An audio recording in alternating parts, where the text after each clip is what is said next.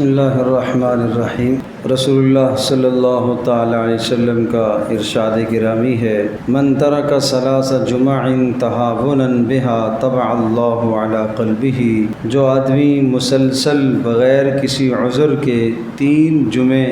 سستی کی وجہ سے چھوڑ دے گا، اللہ تبارک تعالیٰ اس کے دل پر مہر لگا دے گا، اور ایسی سخت بدترین مہر لگتی ہے کہ اسے پھر نیک عمل کی توفیق نہیں ہوتی۔ ہاں، جب تک وہ توبہ نہ کرے اس وقت تک یہ مہر برقرار رہتی ہے۔ ایک اور حدیث میں ارشاد فرمایا، من ترک الجمعۃ من غیر ضرورۃ کتب منافقا فی کتاب لا یمحا ولا یبدل۔ فرمایا، جس شخص نے بغیر کسی مجبوری کے جمعہ کی نماز چھوڑ دی، بغیر کسی مجبوری کے، بغیر کسی عذر کے جمعے کی نماز ترک کر دی، وہ اللہ پاک کے یہاں ایسے دفتر یعنی ایسے کتاب میں منافق لکھ دیا جائے گا جہاں بالکل کوئی تغیر اور تبدل نہیں کر سکتا۔ ایک جمعہ چھوڑنے کی وجہ سے، ایک نماز جمعے کی چھوڑنے کی وجہ سے اس کو منافق لکھ دیا جاتا ہے۔ اس لیے جمعے کے حوالے سے بہت اہمیت کی ضرورت ہے۔ رسول اللہ صلی اللہ تعالیٰ علیہ وسلم نے بہت زیادہ تاکید فرمائی، اور ایک حدیث میں ارشاد فرمایا، لَيَنْتَهِيَنَّ أَقْوَامًا عَنْ وَدْعِهِمُ الْجُمُعَاتِ، کہ لوگ جمعہ کو ترک کرنے سے باز آ جائیں، اور اگر اس گناہ سے باز نہیں آئیں گے تو اللہ ان کے دلوں پر مہر لگا دے گا، اور اللہ پاک ان کو غافلوں میں شمار کر دے گا۔ بہت سخت گناہ کی بات ہے جمعے کی نماز کو بغیر کسی عذر کے ترک کرنا۔ ایک ہے نماز کا ترک کرنا، دوسرا خطبے کا ترک کرنا، خطبے میں نہ پہنچنا، تاخیر سے پہنچنا، بلا کسی وجہ بغیر کسی عذر کے تاخیر سے آتا ہے اور بالکل آخر میں پہنچتا ہے نماز کے وقت۔ پتہ ہے 2 بجے نماز کھڑی ہوتی ہے، وہ 2 بجے پہنچتا ہے، اس کو اس سے کوئی سروکار نہیں ہے کہ مجھے جلدی پہنچنا چاہیے، میں کم از کم خطبے میں شریک ہو جاؤں۔ جو آدمی ممبر پر، امام اور خطیب کے ممبر پر بیٹھ جانے کے بعد، یعنی خطبے کے لیے، عربی خطبے کے لیے دوسری جو اذان ہوتی ہے، اس وقت کے بعد جو آدمی پہنچتا ہے اس کی جمعے کی حاضری نہیں لگائی جاتی، اس کی ظہر کی حاضری لگائی جاتی ہے۔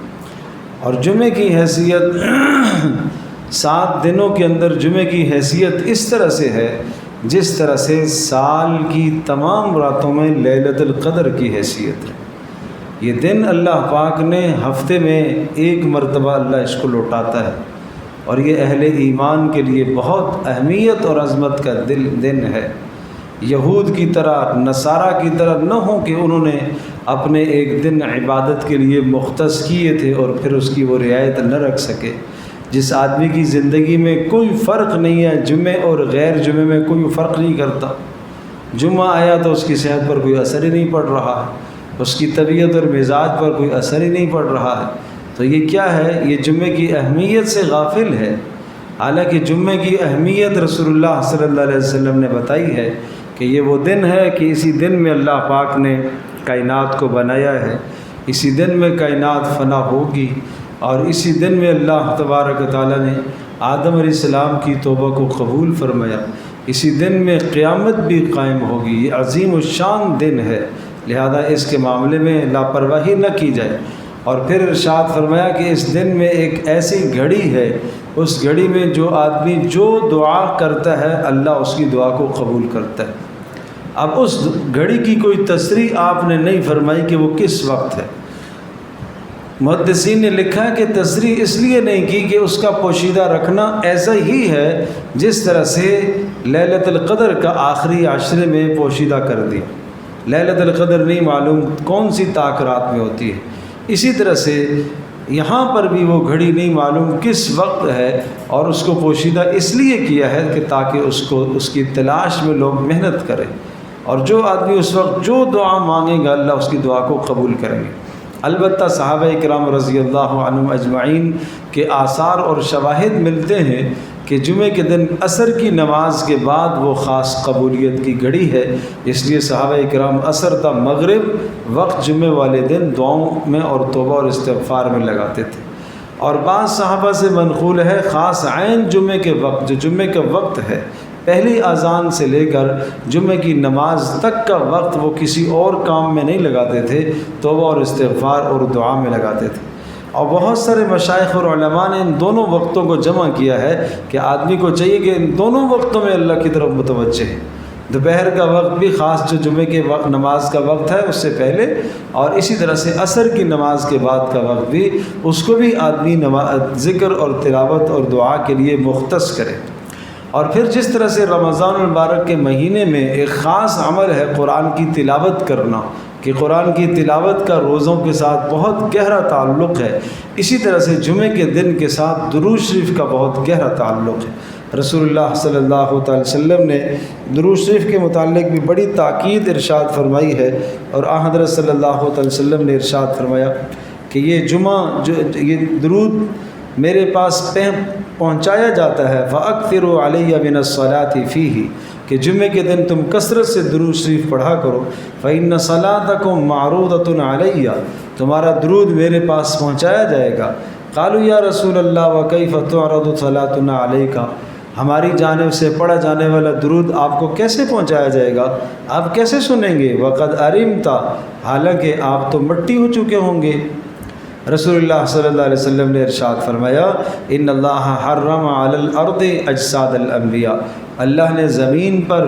انبیاء علیہ السلام کے جسموں کو حرام کر دیا ہے۔ انبیاء کے جسموں کو زمین نہیں کھائے گی، مٹی نہیں کھائے گی، اس لیے دنیا میں کہیں بھی اگر میرے اوپر درود تم بھیجو گے تو وہ میرے پاس پہنچائیں گے فرشتے، پیش کیا جائے گا، اور اگر میرے پاس روزے پر آ کر کوئی پڑھے گا تو میں خود سنوں گا۔ یہ پیارے پیغمبر صلی اللہ علیہ وسلم نے ارشاد فرمایا۔ تو جمعے کے دن خاص طور پر درود شریف کی تاکید ہے، اس لیے درود شریف کا اہتمام کیا جائے۔ اور رسول اللہ صلی اللہ علیہ وسلم نے یہ بھی ارشاد فرمایا، جو آدمی جمعے کے دن خوشبو استعمال کرتا ہے، اپنی حیثیت کے مطابق خوشبو استعمال کرے، اور اسی طرح سے صاف ستھرے کپڑے پہنے اور طہارت حاصل کرے، یعنی غسل کر لے اور خوشبو استعمال کرے، اور پھر نماز جمعہ کے لیے جب نکلے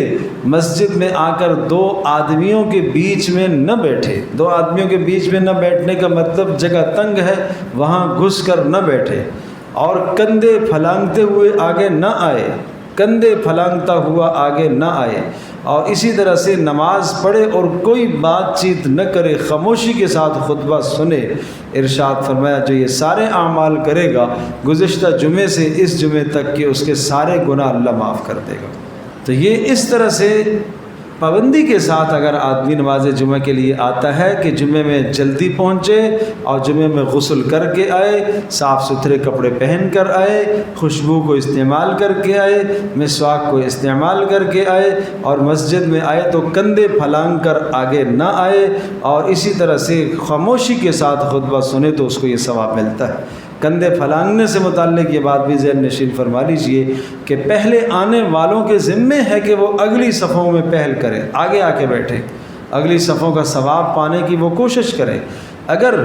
پہلی صفوں میں وہ نہیں بیٹھے اور جگہ انہوں نے چھوڑ دی ہے پیچھے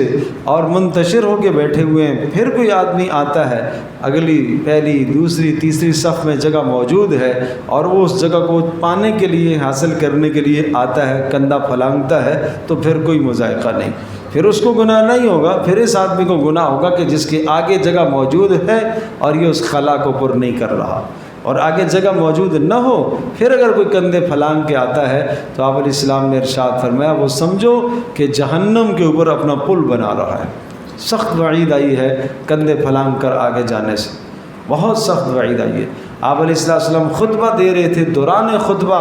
آپ نے دیکھا کہ ایک آدمی کندھے پھلانگ کے آگے بڑھ رہا ہے، آپ نے خطبہ روک کر اس کو کہا بیٹھ جاؤ، وہیں بیٹھ جاؤ، آپ نے اسے آگے نہیں بڑھنے دی۔